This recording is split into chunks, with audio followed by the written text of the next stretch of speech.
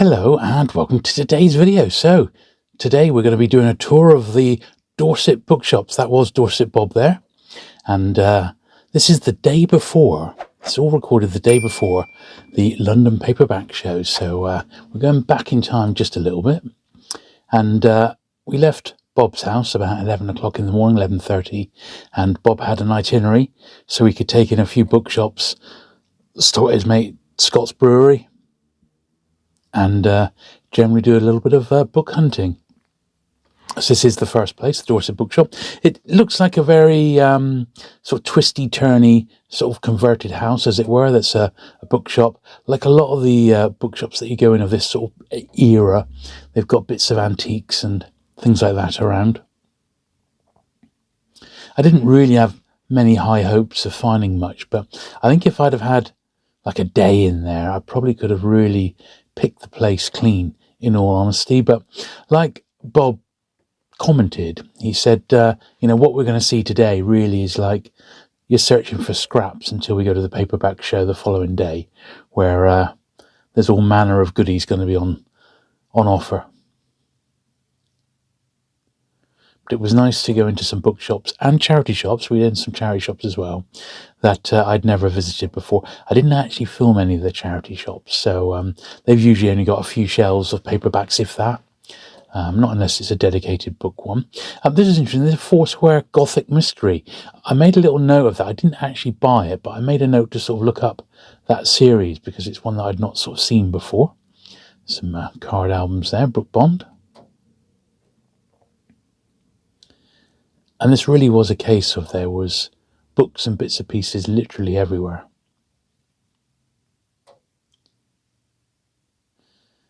This bookcase has got windows either side, so we get in a bit of a flare there from the bit of sun coming through. The rain was on and off literally all day, so we had dry patches, we had absolutely pouring down with rain patches as well. But on the whole, I think we missed most of it. As you can see, the shells were spilling over onto the floor.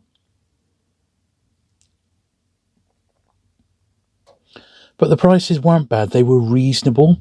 They were sort of medium. They were medium prices. They weren't cheap and they weren't expensive. They were right in the middle. And a nice range of stock, not particularly first on condition. It was a really good reader's bookshop. If you wanted to find particular stuff, it was there. Just took a little bit of a hunting out, as you can see.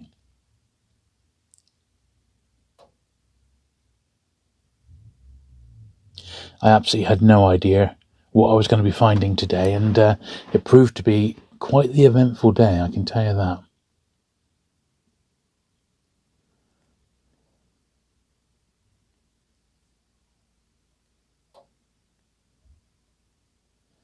Usual mixture of vintage, penguin and pan tucked in amongst the regular stock. Not unusual.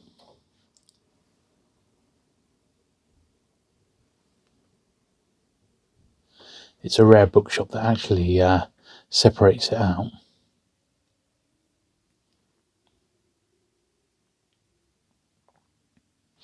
But there was a few people in there. I had to pick my moment trying to capture some of the bookcases so I could film them. And the rooms weren't particularly big, so 2 or 3 people in there, and it was pretty much full up. As I said, these just look like converted bedrooms in a lot of cases. A little windy old house. In actual fact, this particular bookshop is up for sale, from what I hear. So there you are, if you're in the market for becoming a bookshop owner. Get down to the Dorset Bookshop and he might be interested in speaking to you.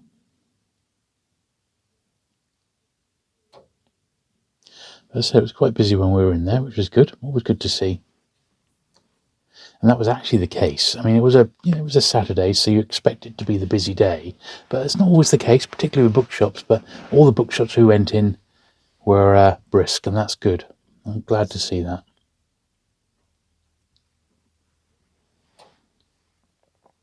I wouldn't say this place was bowled over with vintage. There were some sort of older books by the till. I didn't really check out the pricing like that. But just, the condition wasn't tip-top, and I'm getting more and more fussy that way.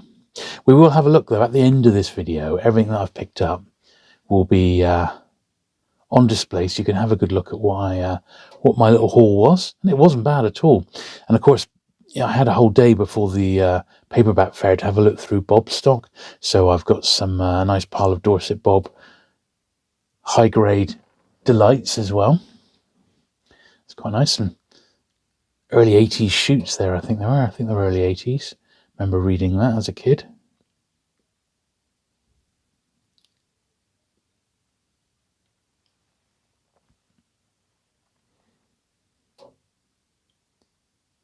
But yeah, I think I found a couple of picadors in this particular bookshop.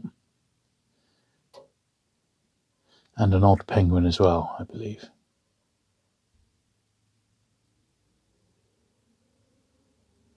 So it certainly wasn't bad, and it was worth a visit.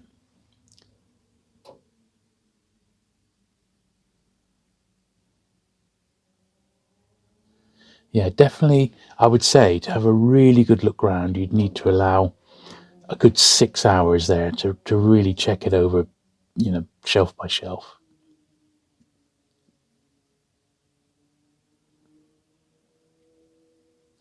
Nothing wrong with that. I say a lot of these shops, they got antiques and things like that dotted around. I did spot the Book of Alien. I didn't see that at the time. I would have liked to have at least seen how much that was going for. And some very early issues of Record Collector. That's from the early 80s as well.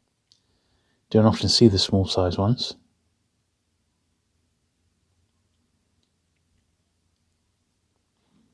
But Dorset as an area and the surrounding little towns and that, really, really nice. Dorchester and Bridport, gorgeous little areas to go shopping and visit.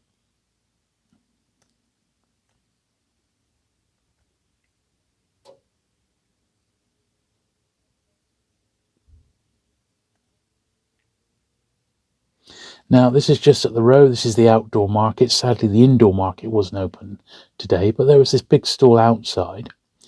And I did manage to pick up a vintage corgi off this chap, which we'll see at the end. And I don't think it was too expensive either. I'm not sure what the books were, like £1 each or something. They were pretty reasonably priced.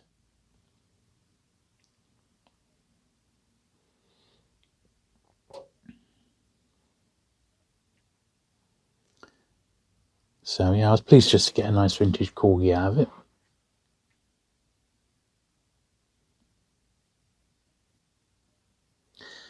Now, there's Bob again. Cheers, Bob. This is in the Sixpenny Tap. And that is, in fact, an alien head moulded from one of the originals. And this is a really excellent pub, and you'll see why in a minute. But is that the Green Man? Bob's known the landlord and owner, Scott, for a long time. And we'll see Scott in a bit.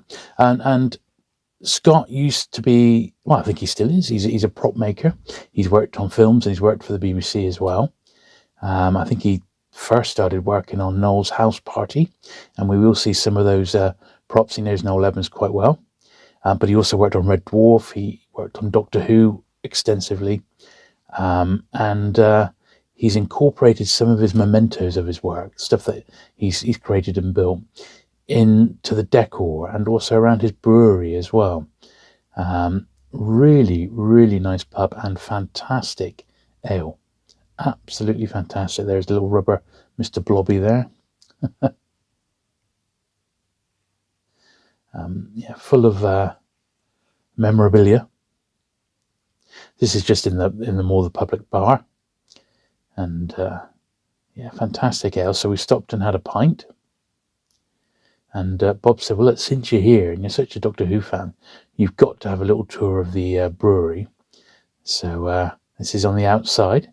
You can see the Doctor Who influence. Now, as I said, it had been very wet and that, and this was the middle of the day on Saturday, but of an evening, this gets very busy. On a Friday night, they do wood fire pizza. It's fantastic. Happy hour as well. It's a really great pub. Love to go back. So here we are. We're in the brewery now, and that is indeed K9.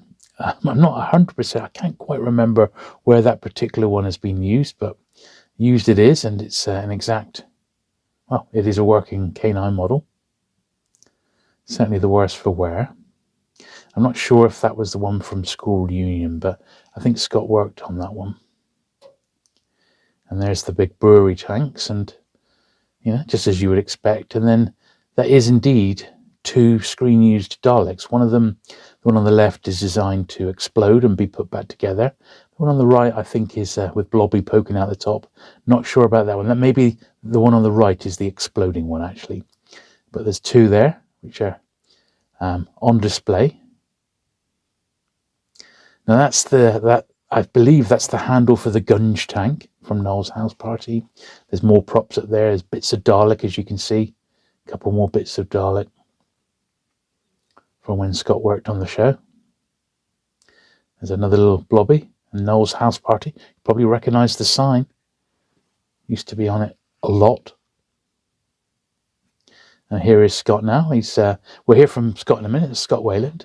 Worked with all the BBC science fiction shows and special effects people. I can't remember where Scott said he'd seen that, but this is in his workshop now, and he gets a few bits and pieces out to show us, which we'll hear from him in a minute. So there's bits of stuff literally everywhere.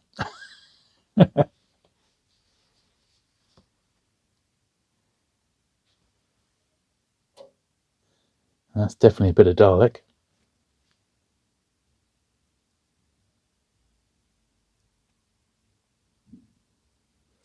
BBC visual effects. Some interesting behind the scenes photos there as well. I do zoom in on those in a mo. And that's the harpoon. I'm not sure where it's from though.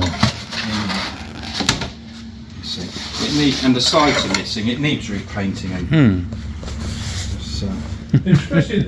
Actually, that's right. It's a Crichton mask.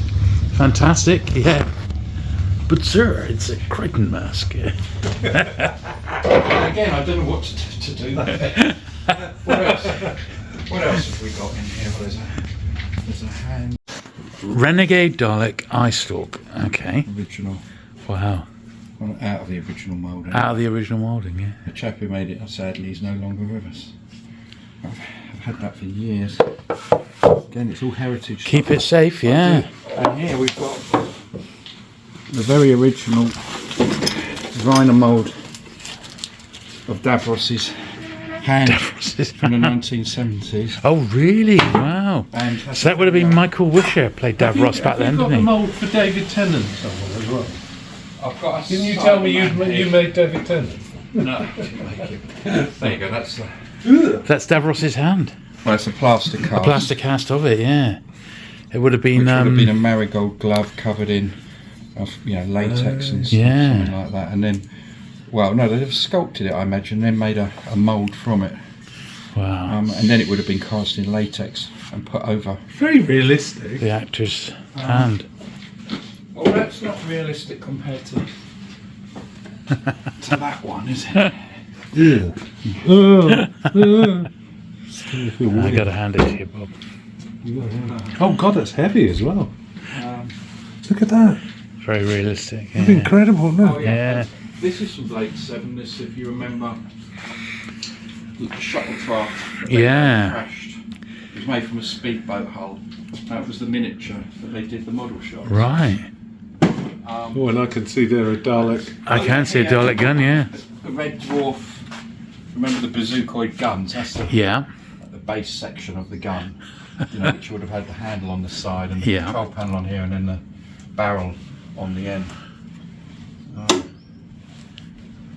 That's just a bendy hammer. There's not much real in here. Even I'm not real. He's just a hologram. I reckon that's that. I made that. That's for the bar. Where the I'm always Mona, doing these little things for the bar. So, I'll like do something like that and put it above where certain people sit. I was telling Jules that you're still in touch with Noel Edmonds Yes. for his bar in New Zealand. I got in touch with him and he said he was going to be back in touch this month, but I haven't heard from him yet. These are all bits of Cybermen, you know, off the side of the yes. cyber parts. Cyber parts, yeah. Well, you never know when you're going to need them. No. In my one, I had these things in my ear that flashed on the end. You remember when they were downloading the information in that story? And they wouldn't let us keep them. Even though I had my own set with my name on and that. So, oh no, we've got to have them back. It's like, oh, come on. Yeah, I should have just nicked them. Billy Piper, in an interview recently, said she nicked loads. I've got an ear infection. No one's going to want them back, yeah. There's the top bit of a Cyberman head. Yeah. Do you remember the one with the clear top and you can see his brain? Yeah, the cyber controller, yeah. That's the brain. Oh, blimey. Look at the brain of a Cyberman. I've seen the YouTube where the guy interviews you about where the it's an interview about, or a YouTube about where the Daleks have ended up. Oh, that's and they right. tried to track them all down. I think you sent me the link, didn't That's you? right, and that's the one inside the brewery quite fascinating. that's been blown apart a few So times. the BBC still use that, don't they? No, that's mine. They borrowed it off me. Oh yeah, they borrow it. That's what I mean. And I sacrificed my pristine one, which is, if you look in that picture there's a black Dalek there. Oh yeah. When I finished working on it, I made one to keep for myself, and it was pristine. I needed one really quick, so I had to. The only way it could be done was to cut up the one I had, which broke my heart, and lined it all with metal, made it all so it went back together again. And they used it over and over again on the basis blow it that up. I had it back afterwards, and it's signed on top. This is part of the inside that was part of the metal lining from inside the front middle section to protect it from the blast, so that it could be used. That's got to go back inside it. So while we were having a look through Scott's warehouse, he decided to gift me a few little props, which were all bits and pieces that were used on the show. So this bit here is the bottom of a Dalek gun, he says. So it's like the base bit of a Dalek gun, which is pretty cool. I think it goes on like that. Then the stalk comes out like that. This is also from a Dalek. This is a side or a skirting piece from a Dalek. I'm not sure exactly how it goes on, but someone might be able to identify that bit. These are all sort of screen used pieces, which is pretty cool, isn't it? So pop them over there. Now these two bits are from a Cyberman mask, of which he made some of them. So this is the grill, which was the mouthpiece. So you'd see them sort of speaking through that little grill there, which is quite cool. And then this, I'm sure you can recognise it, is part of the famous Cybermen handlebars that sort of go around. This is like either the top or the bottom piece that went on the side of a helmet. So a few little screen-used souvenirs there, which is absolutely amazing. Absolutely incredible, that. And then, with a pint and a half of beer inside me, we went to the Westmore's bookshop. Now, you can see it's quite well filled. There's lots of stock in here, and there's piles on the floor. And I'm not saying I was half cut on a pint and a half, but the beer was quite strong. So I was treading with some caution as we were working our way through, and I was giving the shop a bit of a film. So basically, the principle is, Bob, for stuff that Bob gets in collections, which isn't anything to do with science fiction or what he usually sells, he drops it off to this bookshop, and they give you like store credit, as it were. And it means that anything you've got in store credit, you can basically use your credit and buy anything at half the sticker price. Now, the prices were cheap to begin with, as you'll see with what I ended up picking up, which is quite a bit from here. Not just sort of paperbacks, but some large format stuff as well, and a couple of hardbacks. And it's actually really good value for money. I'd say it needs a damn good sort out. I mean, it's roughly there. Don't get me wrong, it's roughly there. It just needs a really good tidy. And I could feel a bit of the bookseller inside me looking to tidy the shelves up a bit, because it's just I can't help myself. But at the same time, it was quite a nice place to rummage around in and look for some goodies. And I did find some, so ultimately I can't complain. But as you can see, like all the shops we're going to go in, they seem to have more stock than they can handle. So it's not turning over perhaps as quick as they would like. And it's ultimately probably down to price. But as I said, this shop was cheap. It really, really was, particularly if you've got credit with them, so everything is half price. And now the final bookshop. So I didn't actually catch the outside of this, but Black Pug Books. Pug as in the dog.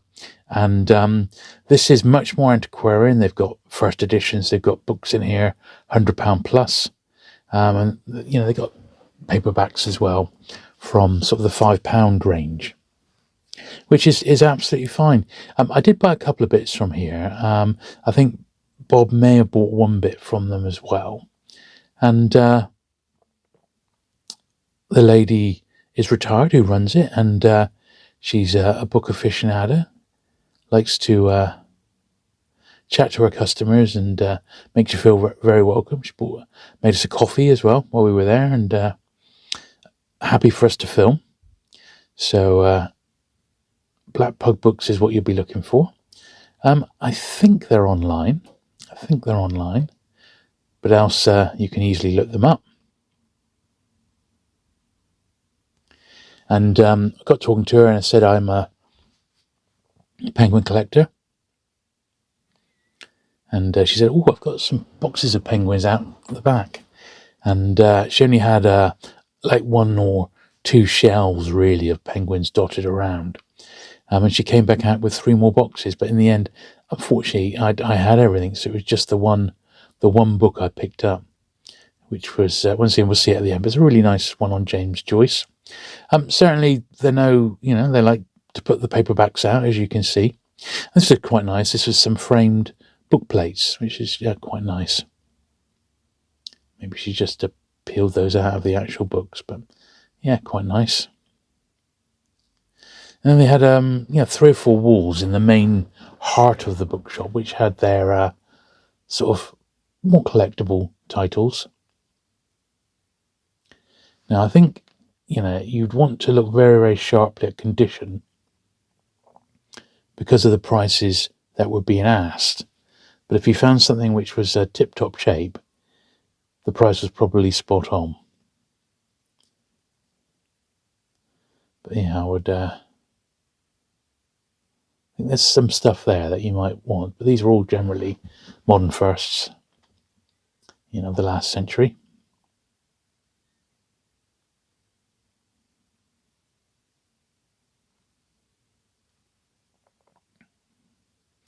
Nothing there that I was really aching to buy. But good to see it all the same. They're quite a nice run of Observer books, which we'll see in a minute, including a rare cover, a Simon issue, which it was priced correct. It was £45. That's about what they go for. Very, very scarce. You'll spot it in a minute on the shelf of Observers. It's the one with the black spine. And there's about 10 different ones of those.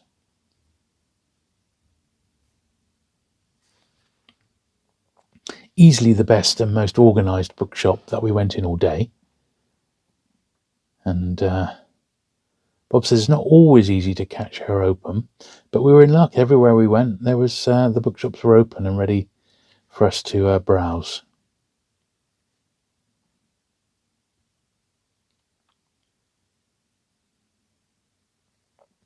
And as I said, ultimately, I didn't do bad at all. I'm very pleased with the day out. It's fantastic.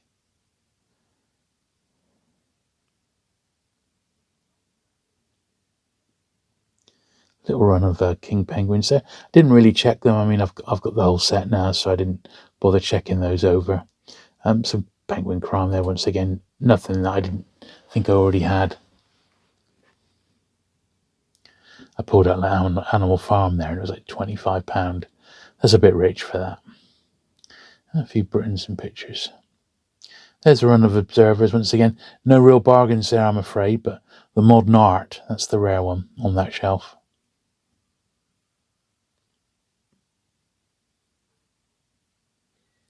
Some Antiquarian now.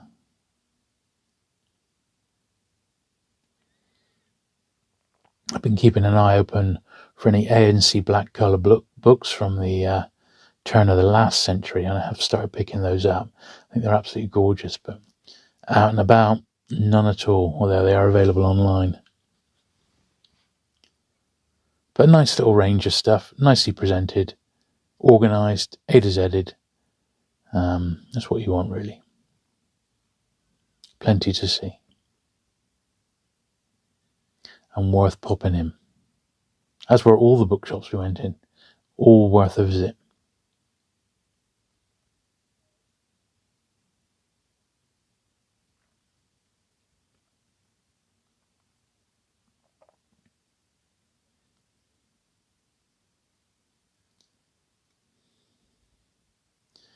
Yeah, you may have spotted the omnibus of Chitty Chitty Bang Bang, which was about £50. And here's the boxes right at the very end here. There's the boxes of the penguins that she'd had at the back. Once again, nothing really jumped out at me. There's some rare ones in there for sure, but nothing that I wanted, bar the one I picked up, which was the Essential James Joyce, which is just there, which is in really nice condition.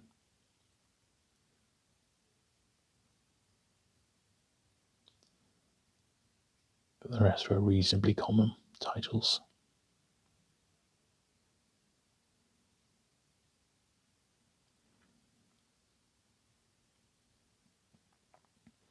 Some classics and books about collecting. Always give those a little look at, but once again, this time nothing jumped out at me that I hadn't already seen or wanted.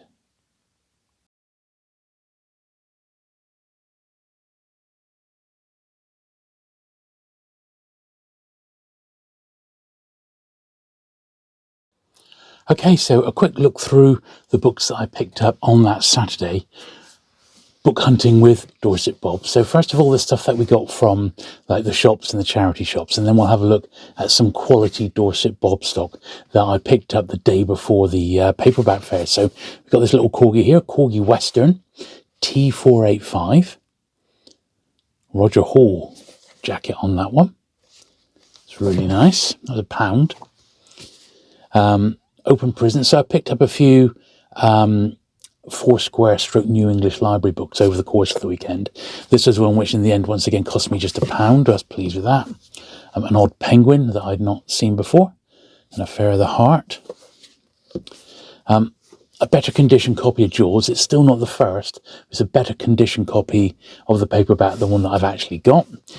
This one I do have. It's Panther SF. I brought this one as a reader because I really like that particular jacket.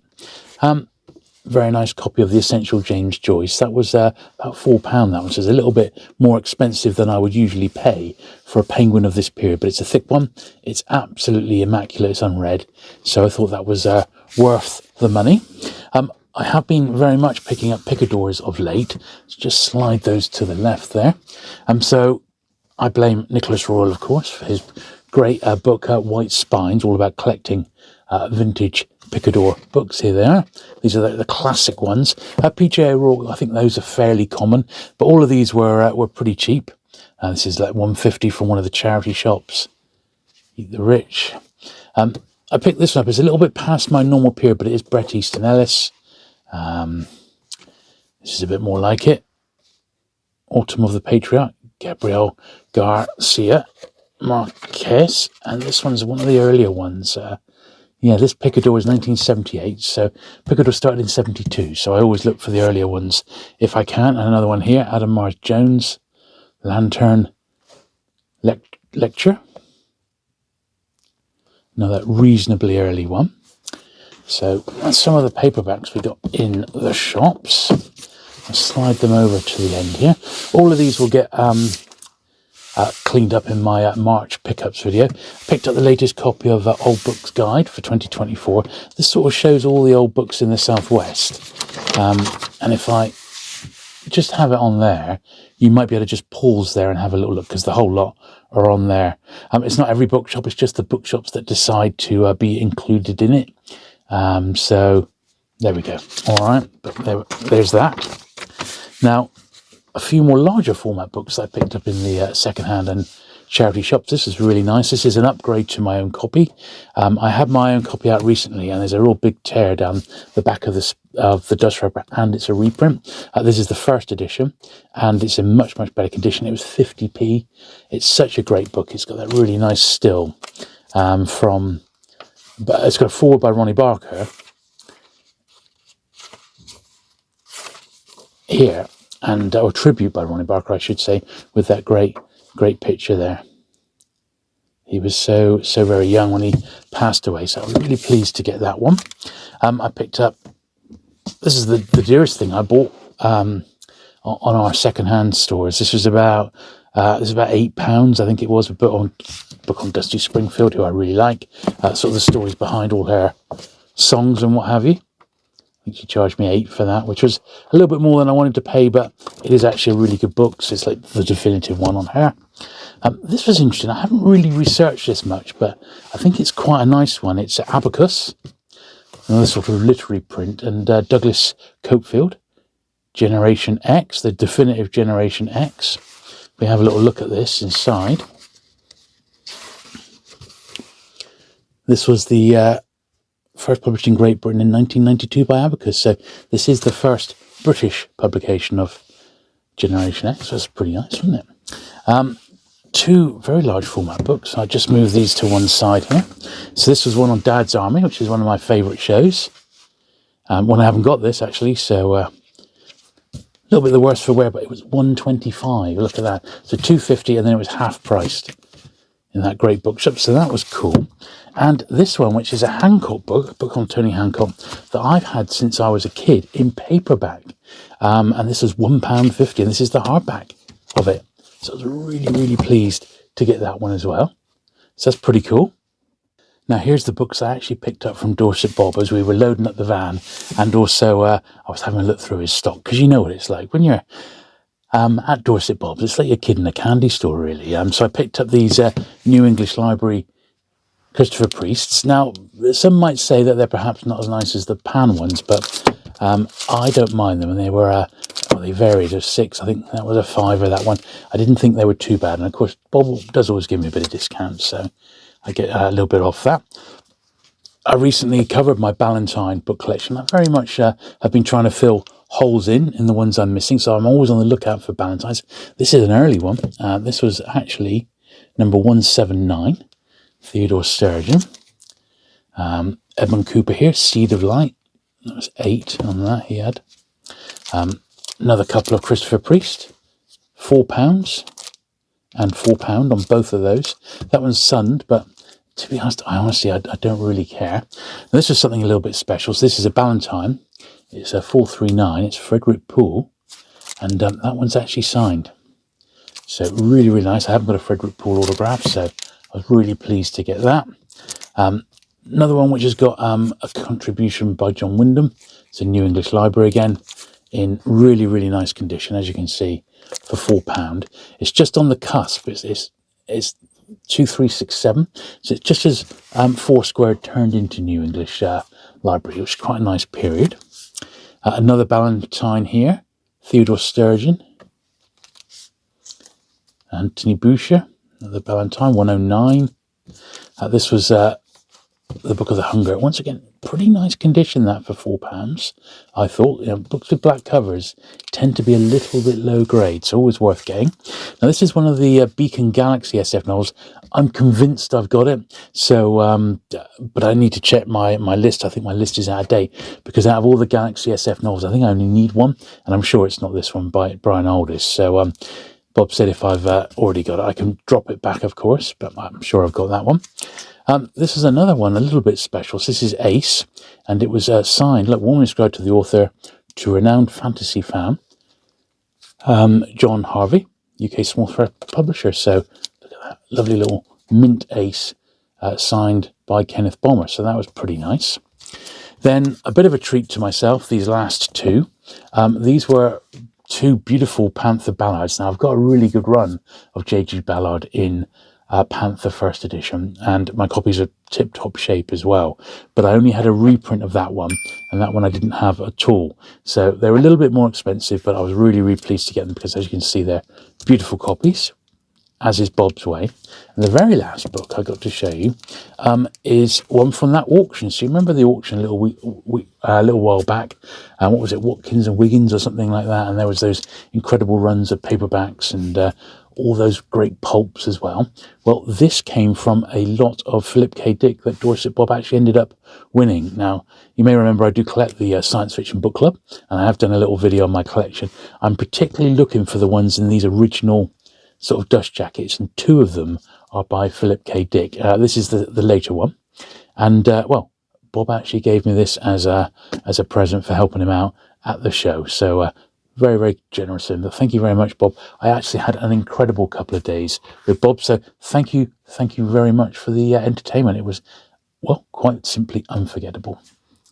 So there you go. I hope you've enjoyed looking through my Dorset Bob book hunting special. Thanks to Scott again at the brewery. That was another incredible highlight.